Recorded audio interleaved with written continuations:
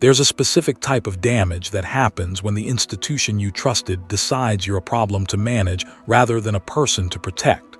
Not damage from opponents or internet trolls. Damage from the people who were supposed to have your back. Right now, rumors are circulating through basketball circles with the kind of specificity that makes denial impossible to ignore. And Caitlin Clark's team isn't denying anything. Reports from credible insiders claim she's told people close to her that she's finished playing by the WNBA's rules, that the Olympic snub, the physical targeting, the commissioner's catastrophic interview, all of it has pushed her somewhere the league should be terrified of. Her representatives could shut this down with a single statement, one tweet, one quote to the right journalist. They haven't. That silence is screaming, because here's what everyone in that league office needs to understand. Caitlin Clark doesn't need the WNBA the way the WNBA needs Caitlin Clark. The attendance figures prove it. The television contracts prove it. The sold-out arenas prove it. She brought a revolution they'd been begging for, and they responded by making her feel like an outsider in her own dream. The 2024 Paris Olympic roster selection should have been the easiest decision in USA basketball history. Caitlin Clark had just completed a rookie season that rewrote what people thought was possible for a first-year player. She led the entire league in assists, not just among rookies, among everyone. She was draining threes from distances that made defensive schemes look obsolete. She was selling jerseys faster than manufacturers could print them. Arenas that had been averaging 4,000 fans were suddenly hitting capacity when the fever came to town. Casual sports fans who couldn't name 3 WNBA teams 6 months earlier were clearing their schedules to watch her play. Every measurable metric screamed that this was the player you build around, not the player you leave home. The selection committee looked at all of that and said she needed more experience. They talked about chemistry concerns. They suggested that integrating her high-usage, deep-shooting style into a veteran system would require more time than the Olympic preparation window allowed. They framed it as a tactical basketball decision made in the best interests of winning gold. On paper, if you ignored context entirely and gave them every possible benefit of doubt, you could almost see the logic. Almost. Except the experience argument collapsed under the slightest examination. The same player they claimed needed more seasoning had spent 4 months doing things that veterans with a decade of professional experience couldn't replicate. She wasn't just performing well for a rookie. She was outperforming established stars at the thing the committee claimed she wasn't ready for. What that decision actually communicated had nothing to do with basketball. It was a message delivered through absence, and it landed with brutal clarity. You might be generating the ratings. You might be the reason networks are suddenly taking women's basketball seriously. You might be selling more merchandise than players who have been in this league for 10 years.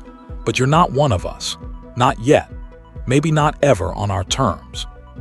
For millions of fans who had followed Clark since her Iowa days, who had watched her carry teams on her back through tournament runs that became cultural moments, the Olympic exclusion felt like institutional betrayal.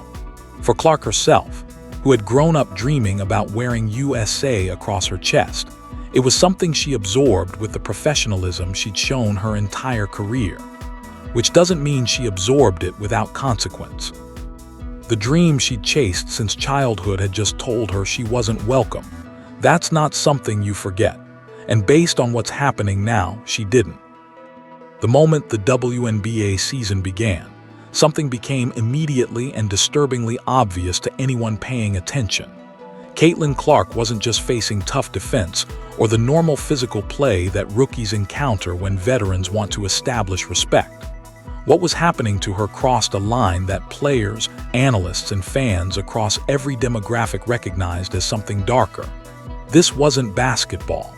This was targeting. The Chennedy Carter incident became the flashpoint that made the situation impossible to ignore. Clark went down hard from a blindside hip check that happened before the ball was even in play. No basketball move. No attempt to disguise it as competitive physicality. Just a deliberate body shot that sent her sprawling while Carter walked away without consequence. The video went viral within hours. Comment sections exploded. The conversation shifted from sports to something far more uncomfortable. Questions about whether what was happening to the league's biggest star was being allowed to happen because of who she was and what she represented. But Carter's hit wasn't an isolated incident. It was the most visible point on a line that ran through the entire season. Face guarding that went beyond aggressive defense into intimidation. Shoves in midair that could have caused serious injury. Double teams that collapsed on her before she touched the ball. Physical punishment that accumulated game after game, broadcast after broadcast, while the officials consistently looked the other way. The pattern wasn't subtle. It was documented. It was filmed. It was happening on national television, in front of audiences that had tuned in specifically to watch the sport's newest star. And those audiences were watching her get beaten up, while the people running the league did essentially nothing. The silence from WNBA leadership during those first months was deafening in the worst possible way. This was a moment that demanded clarity. It required the people in charge to stand up and say unambiguously that what was happening was unacceptable regardless of who the target was. Instead, they hesitated. Flagrant calls that should have been automatic took forever to materialize. Suspensions that the situation clearly demanded were delayed until public pressure made inaction impossible. The league managed the entire situation reactively, defensively, and far too slowly. When your biggest star, the person responsible for unprecedented growth in every revenue category, is being physically targeted on camera, reactive management is the exact wrong approach.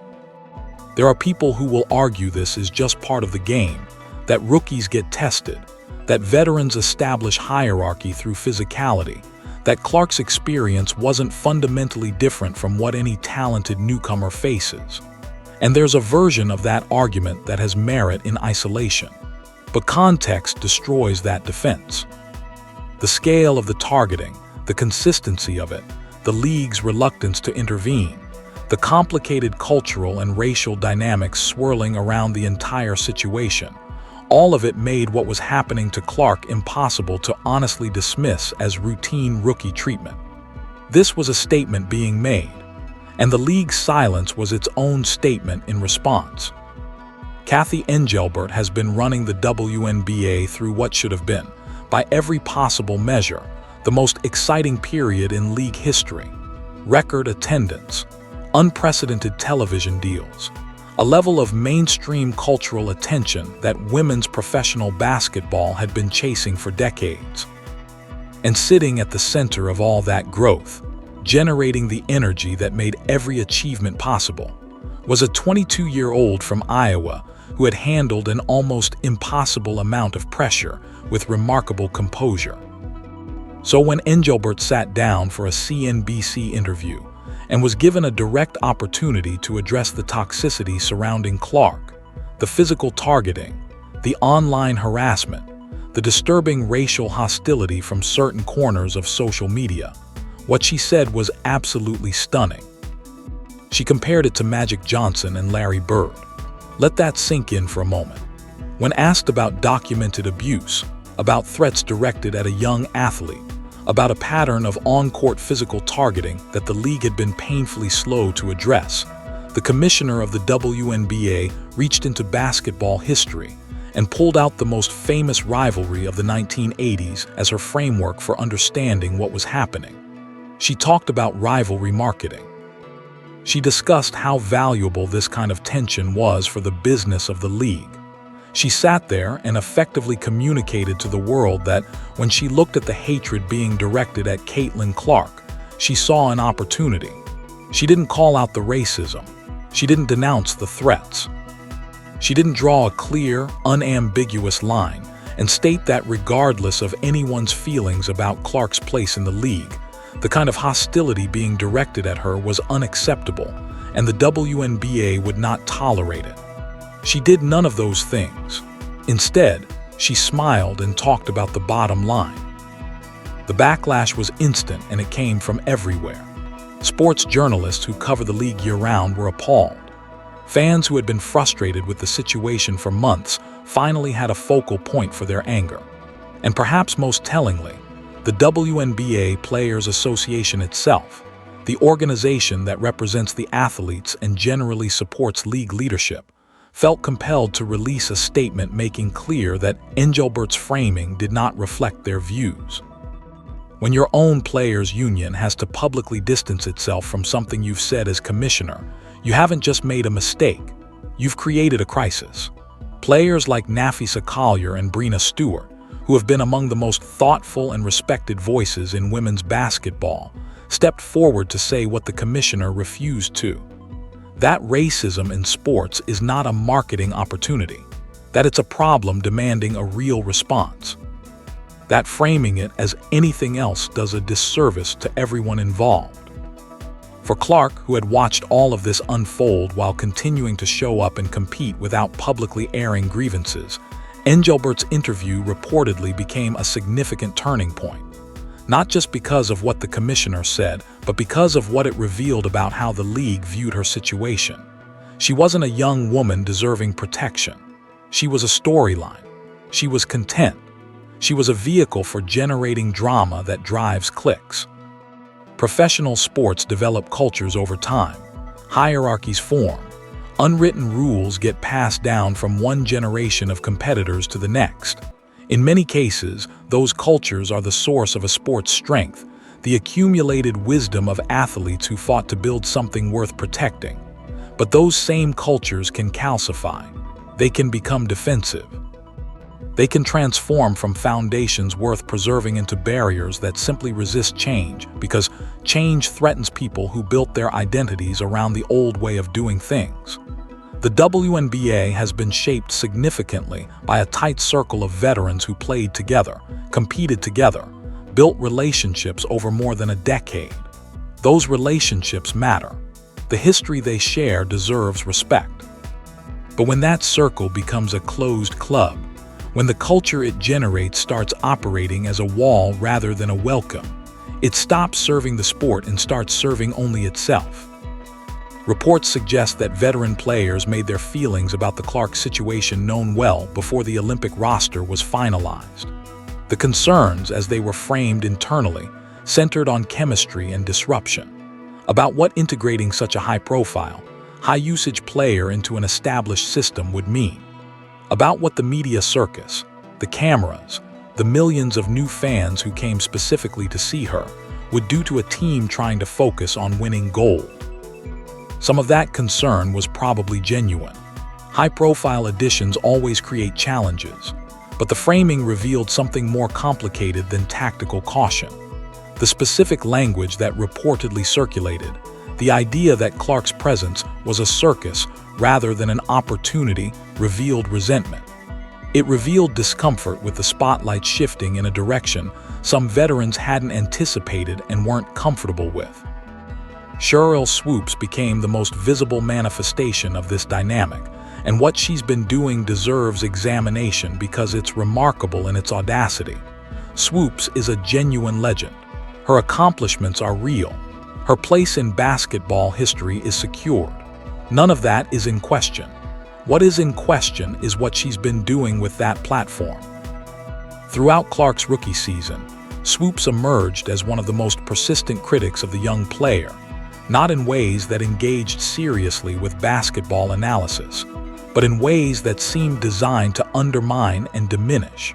She publicly misrepresented the length of Clark's college career, claiming she played 5 years when the correct number is 4. She repeatedly moved the goalposts on what would constitute genuine excellence, finding new reasons to qualify or minimize Clark's achievements as they accumulated. She became the loudest voice of the old guard's resentment. And through all of it, the WNBA continued employing her as an analyst. The league supposedly committed to supporting Clark was simultaneously paying someone who was publicly working to erode her credibility. Then the All-Star game happened, and every chemistry argument collapsed. Clark's team, playing against the very Olympic squad that decided she didn't fit, dismantled them. She was hitting shots, finding teammates, running the offense with precision that should have embarrassed the selection committee. It didn't look like a player needing more time. It looked like someone who should have been starting months ago. Before Caitlin Clark was drafted, the WNBA was operating on the financial margins of professional sports. Arenas were half-filled on good nights. Television deals were modest. Players were flying commercial and earning salaries that, compared to their male counterparts, were almost impossible to justify. The sport was compelling. The talent was real, but it wasn't breaking through to the mainstream in the way everyone involved knew it needed to.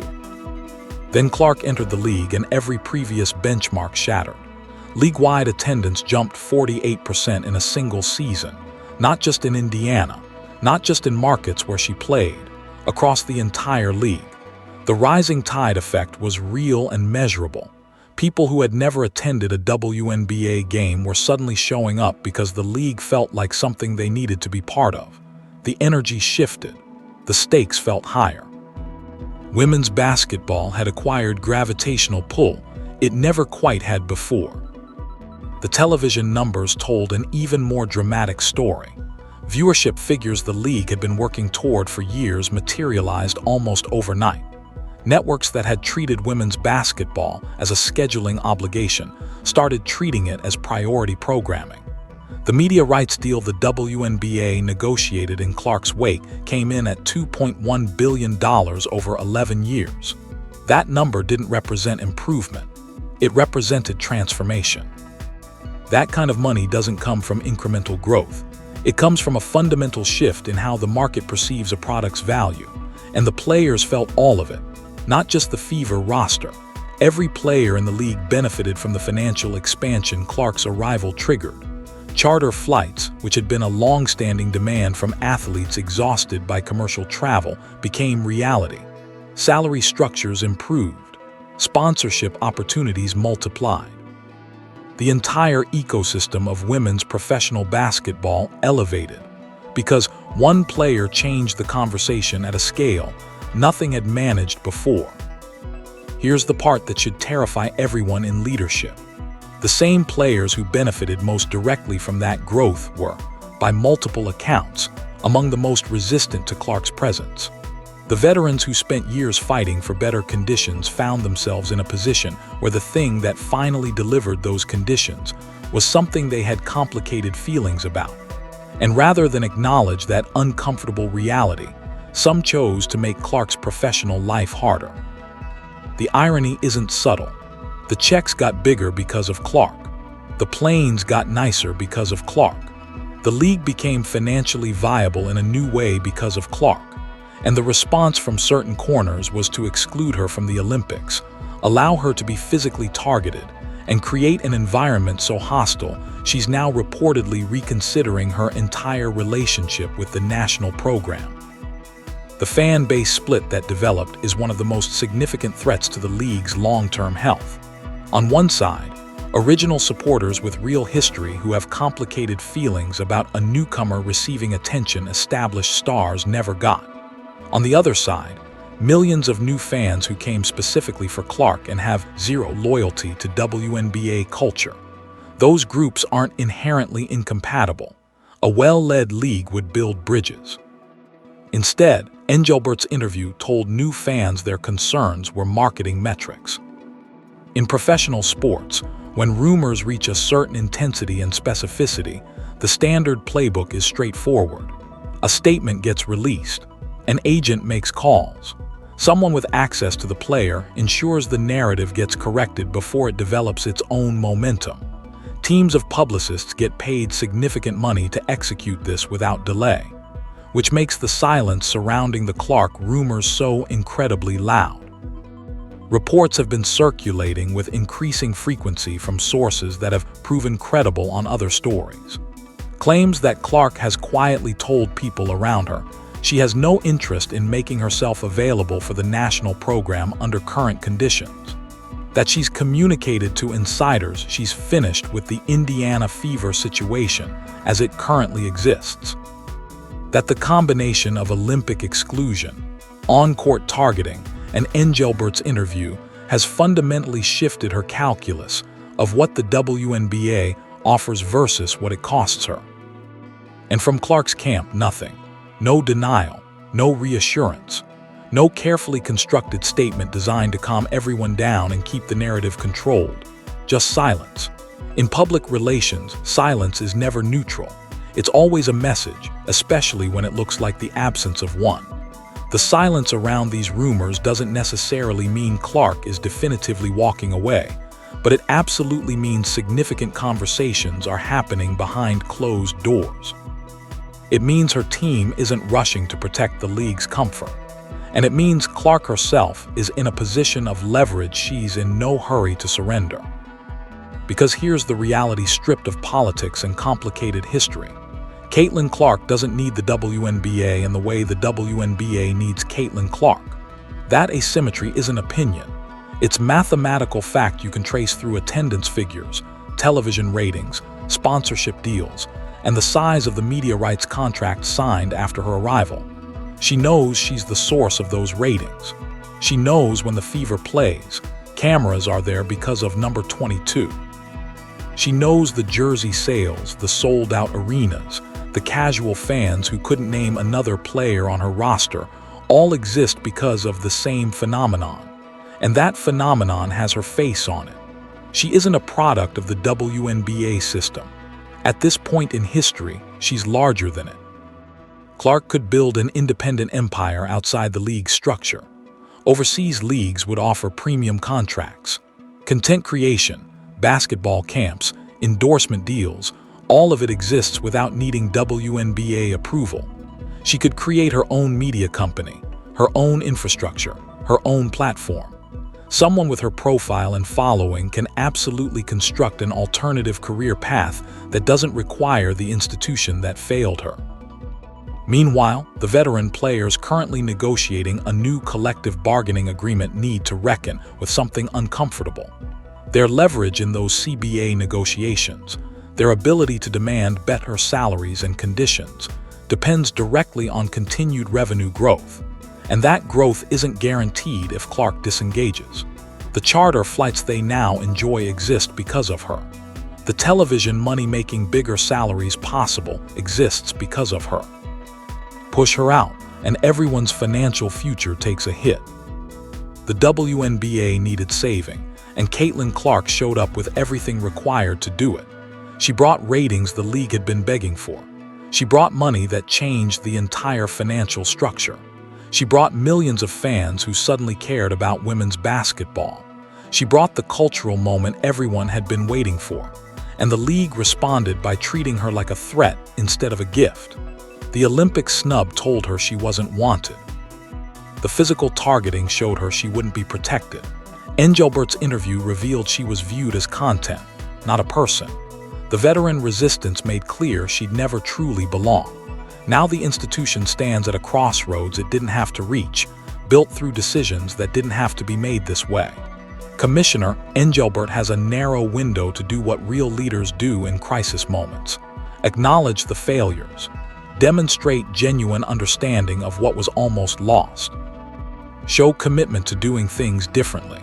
If that doesn't happen, the scenario that seemed impossible a year ago becomes inevitable. Clark builds her revolution somewhere else, and the WNBA watches the most important thing that ever happened to women's professional basketball walk away, because the people running it couldn't see past their own egos long enough to protect it.